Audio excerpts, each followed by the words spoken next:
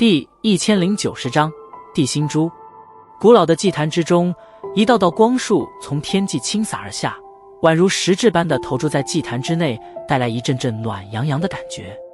萧炎盘坐在那诸多光束交织中，目光瞥了一眼面前的小医仙。此刻的后者身体表面已经没有了半丝毒气的溢出，原本因为厄难毒体而变得有些苍白的肌肤，此刻居然也是再度散发出了许些健康红润。显然他这副被毒气摧残了许多年的身体，如今正在再度重新焕发生机。萧炎的目光在略一扫后，便是停在了小医仙那光洁平坦的小腹处。此刻的那里正澎湃着浩瀚能量，即便是隔着身体，但萧炎依旧是能够清晰地感觉到那股浩瀚能量的恐怖，